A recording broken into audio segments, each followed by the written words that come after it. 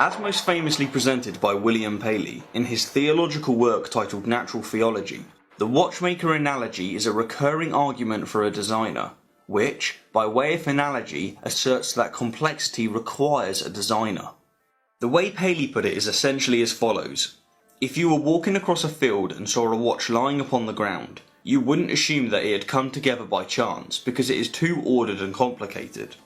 Rather, you would assume that it had a conscious and intelligent designer. By way of analogy, Paley then went on to argue that because life, and indeed the universe, is ordered and complicated, it too must have had a conscious and intelligent designer. While Paley's presentation of this argument is the most famous, since his time many theists and deists have developed versions of their own. For example, Ray Comfort often uses the analogy of a painting and a painter, while Ian Duby is fond of using the analogy of a building and a builder. However, despite the many versions of this argument, they are all fundamentally the same. They assert that complexity requires a designer. So what exactly is wrong with this argument? I mean, the title of this video promises to debunk it, and yet we're a minute in and we haven't even started. So, beginning with its most critical flaws, let's get on with it. First and foremost, and what single-handedly debunks the watchmaker argument, is that it's a false analogy. An analogy is a comparison between things that have similar features for the purpose of explaining a principle or an idea. And in this case, Paley insists that a comparison can be made between the complexity of a watch and the complexity of the universe, which both imply that they had a designer. However, the last step is flawed because it concludes that because two things share one quality in common, that being complexity, they must also share another quality in common, a designer, when this simply cannot be logically concluded. If it could, then by using the same faulty logic, countless other absurd qualities could be attributed to the universe. For example, the watch is complex, the watch was invented in the 15th century. The universe is complex, therefore the universe was invented in the 15th century.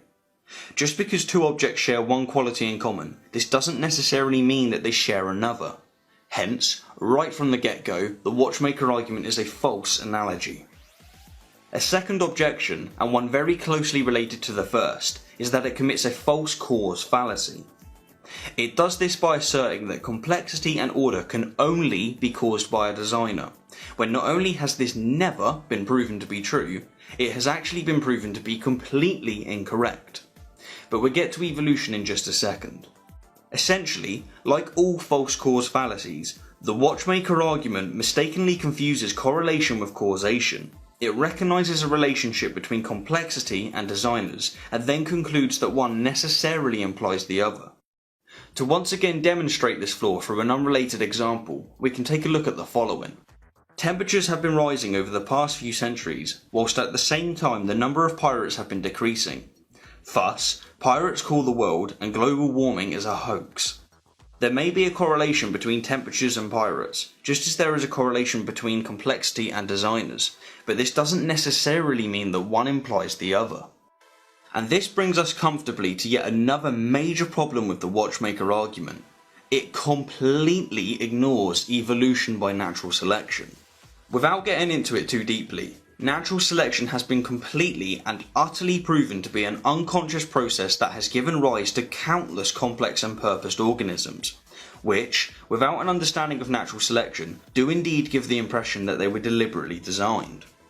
Or in other words, we know for a fact that nature can, does, and has produced remarkably complex organisms without a conscious and intelligent hand behind it. The truth of the matter is that the reason we recognise a watch as designed actually has nothing to do with how complex and purposed it is, but rather it is because we already know that the watch was designed. We have literally millions of examples of watches being created by a designer, and 0 examples of watches being made without a designer. However, and in contrast, we have 0 examples of life being created by a designer, and literally millions of examples of nature creating complex life. A fourth major flaw with the watchmaker argument is that it either commits a special pleading fallacy or that it's completely self-refuting. Its core premise asserts that purpose and complexity requires a designer, and so if we draw the watchmaker argument out to its logical conclusion, that there is a God and that it created the universe and everything in it, then by applying the argument's logic to itself, we must conclude that that God too had a designer, and so on and so forth for infinity. By definition, special pleading is an argument in which the speaker deliberately creates an exception to their argument without justifying why, and that is precisely what one must do to prevent the watchmaker argument from being completely self-refuting. Hence, the watchmaker argument is either self-refuting or it commits a special pleading fallacy. Despite the fact that each of the previous four objections single-handedly defeat the watchmaker argument on their own, here are just some additional issues to add insult to injury. The watchmaker argument is self-contradicting. The argument first assumes that a watch is different from nature, which it indirectly claims is uncomplicated and random. However, it then states that since the universe is so complicated and ordered, it too must have had a creator. Thus, it gives the universe two incompatible and contradicting qualities. The watchmaker argument doesn't imply a designer, it implies that there are many designers. After finding that watch upon the ground, imagine if you then saw beside it a shoe. Would you assume that a watchmaker made that shoe? Of course not, you would assume that a shoemaker made it.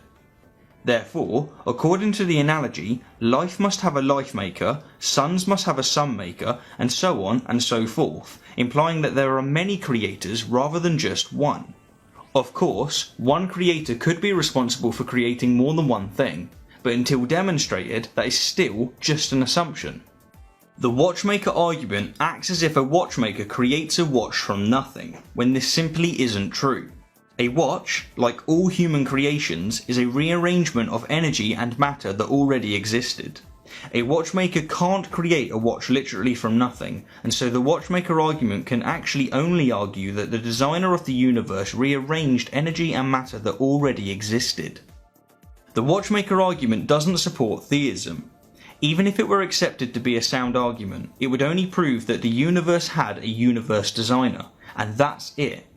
It wouldn't prove a particular religion to be true, or, as Hitchens put it, even if the watchmaker argument was valid, you, as a theist, still have all of your work ahead of you. In addition to the watchmaker argument not supporting theism, its logic is also inconsistent with the description of most monotheistic gods, and certainly the Abrahamic ones. An all-powerful and all-loving God would not create organisms with the type of suboptimal design that can be seen in nature. From vestigial organs to birth defects to pregnancy complications, it cannot logically follow that an all-powerful, all-loving God can be responsible for this. Meaning that if the watchmaker argument was valid, this would mean that the God that created the universe is either not omnipotent or not omnibenevolent, or both. So, to recap, the watchmaker argument is flawed because it's a false analogy, it commits a false cause fallacy, it completely ignores evolution by natural selection, it commits a special pleading fallacy, or it's completely self-refuting, it's self-contradicting, it doesn't imply a designer, but rather many designers, it acts as if watches are created from nothing, it doesn't support theism, and it doesn't support the concept of an omnipotent and omnibenevolent God.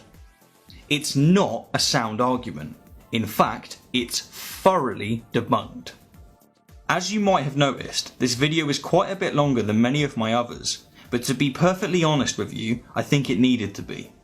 While the watchmaker argument is thoroughly flawed, it is nevertheless what I personally consider to be one of the best arguments for a deity that has ever been, and hence, it deserved this royal kick-in. Thanks for the view, and I'll leave you with this overwhelmingly powerful argument to consider. Armoured Skeptic has a YouTube channel.